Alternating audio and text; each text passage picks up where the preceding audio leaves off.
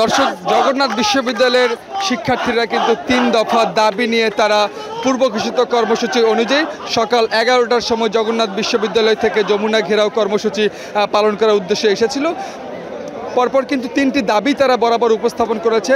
তারা যেমনটি বলছে এবং যে দাবি পরিপূর্ণ না হওয়া পর্যন্ত তারা রাজপথ ছাড়বে না এমনটি বলছে। আমরা একটু জানিয়ে রাখতে চাই যে 3টি দাবি নিয়ে আজকে তারা যমুনা ঘেরাও কর্মসূচি দিয়েছিল, সেই 3টি দাবি একটু জানিয়ে রাখতে চাই। সেটা হচ্ছে যে আবাসন ব্যবস্থা নিশ্চিত না হওয়া পর্যন্ত জগন্নাথ বিশ্ববিদ্যালয়ের 70% শিক্ষার্থীর জন্য আবাসন বৃত্তি 2025-2026 অর্থ বছর থেকে কার্যকর করতে হবে।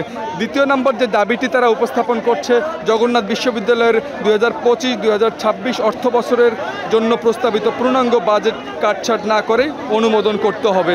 তৃতীয় নম্বর যে দাবিটি তারা উপস্থাপন করছে, জগন্নাথ বিশ্ববিদ্যালয়ের দ্বিতীয় ক্যাম্পাসের কাজ পরবর্তী একনেক সভায় অনুমোদন করে অগ্রাধিকার প্রকল্পের আওতায় বাস্তবায়ন করতে হবে।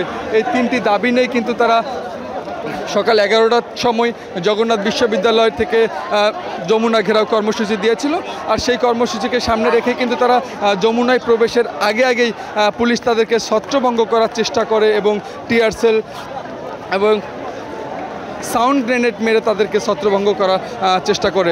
আমরা দেখতে পাচ্ছি যে এখন পর্যন্ত জগন্নাথ বিশ্ববিদ্যালয়ের শিক্ষার্থীরা 3 দফা দাবি নিয়ে তারা অবস্থান করছে কাকরাইল মসজিদ প্রাঙ্গণ এলাকায়। আপনারা দেখছেন অপরদিকে কিন্তু আমরা দেখেছি যে পুলিশ, সেনাবাহিনী, র্যাব সবাইকে মোতায়েন করে রাখা হয়েছে যাতে কোনো ধরনের অপ্রীতিকর ঘটনা না ঘটে।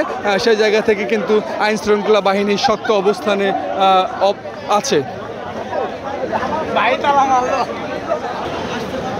দর্শক দেখছেন অসংখ্য আইনশৃঙ্খলা বাহিনী কিন্তু পরপর ভিতরে যাচ্ছে, নিরাপত্তা বেষ্টনী তৈরি করে রাখা হয়েছে এবং ব্যারিকেড দিয়ে রাখা হয়েছে যাতে কোনো ক্রমেই ছাত্ররা যমুনার ভিতরে প্রবেশ না করতে পারে, এমনটি দেখতে পাচ্ছি আমরা। একটা বিষয় অবগত করে রাখতে চাই, এর আগে প্রায় 3 মাস আগে কিন্তু সচিবালয় ঘেরাও কর্মসূচি দিয়েছিল জগন্নাথ বিশ্ববিদ্যালয়ের শিক্ষার্থীরা। তারা তখন কিন্তু একটি দাবি মেনে নিল, পরবর্তীতে 3টি দাবি মানা হয়নি এমনটি জানিয়েছে আমাদেরকে। দর্শক, আমরা একটু সরাসরি কথা বলতে চাই জগন্নাথ বিশ্ববিদ্যালয়ের শিক্ষার্থীর সাথে এবং জানতে চাই কি দাবি নিয়ে এসেছিলেন এবং কখন এসেছেন আপনারা যমুনায়। আপনারা জানেন আমাদের আজকে জগন্নাথ বিশ্ববিদ্যালয়ের পূর্ব ঘোষিত কর্মসূচি ছিল। সেই পূর্ব ঘোষিত কর্মসূচির বাস্তবায়নের লক্ষ্যে আমরা লং মার্চ টু যমুনা ঘোষণা করি এবং আমরা ক্যাম্পাস থেকে ঘোষণা দেই 11টা ক্যাম্পাস থেকে বেলা 11:30টার দিকে যমুনার দিকে আমরা পদযাত্রা শুরু করি।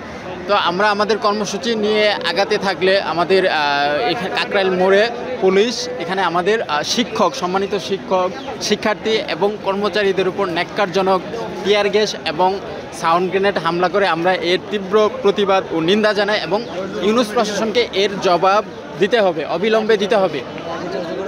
একটু জানতে চাই আপনারা এই রাজপথ কবে ছেড়ে চলে যাবেন, জানতে চাই আবার প্রতিষ্ঠানে ফিরে যাবেন, এই বিষয়ে একটু বলবেন। আমাদের সুস্পষ্ট যে দাবিগুলো আছে, আমাদের দাবিগুলো বাস্তবায়ন না হওয়া আগ পর্যন্ত আমরা রাজপথ ছাড়ছি না এবং আমাদের এই অবস্থান কর্মসূচি, আমাদের আন্দোলন চালিয়ে যাব।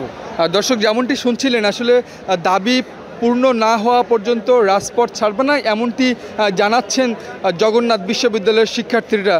তারা বলছিলেন যে সকাল 11টার সময় মার্চ টু যমুনা কর্মসূচি দিয়েছিল 3 দফা দাবি নিয়ে, আর সেই দাবি মেনে না নেওয়া পর্যন্ত তারা এখানে অবস্থান করবে এমনটি জানাচ্ছেন আমাদের। আমরা কিন্তু দেখতে পাচ্ছি অসংখ্য পুলিশ, সেনাবাহিনী এবং র্যাব অবস্থান করছে যাতে কোনো ধরনের অপ্রীতিকর ঘটনা না ঘটে। আমরা দেখতে পাচ্ছি যে রমনার থানার ডিসি মাসুদ, তিনিও কিন্তু এখানে অবস্থান নিয়েছেন। দর্শক, আমরা জগন্নাথ বিশ্ববিদ্যালয়ের আরেক শিক্ষার্থীর সাথে কথা বলে জানতে চাই এখন পর্যন্ত সরকারের পক্ষ থেকে কী ধরনের আশ্বাস পেলেন জানতে চাই আপনাকে। প্রথমত হচ্ছে আমরা 3 দফা দাবি নিয়ে শান্তিপূর্ণভাবে আমরা লং মার্চ টু যমুনায় আসতেছিলাম। ইতিমধ্যে পুলিশ আমাদের হামলা করে, টিয়ার শেল ছড়ে, এমনকি অনেকে আহত, হসপিটালে ভর্তি আছে। আমাদের 3 দফা দাবির মধ্যে প্রথম দাবিটা ছিল যতদিন পর্যন্ত আমাদের আবাসন নিশ্চিত করা হয়নি ততদিন পর্যন্ত জগন্নাথ বিশ্ববিদ্যালয়ের শিক্ষার্থীদের 70% আবাসন ভাতার আওতায় নিয়ে আসতে হবে।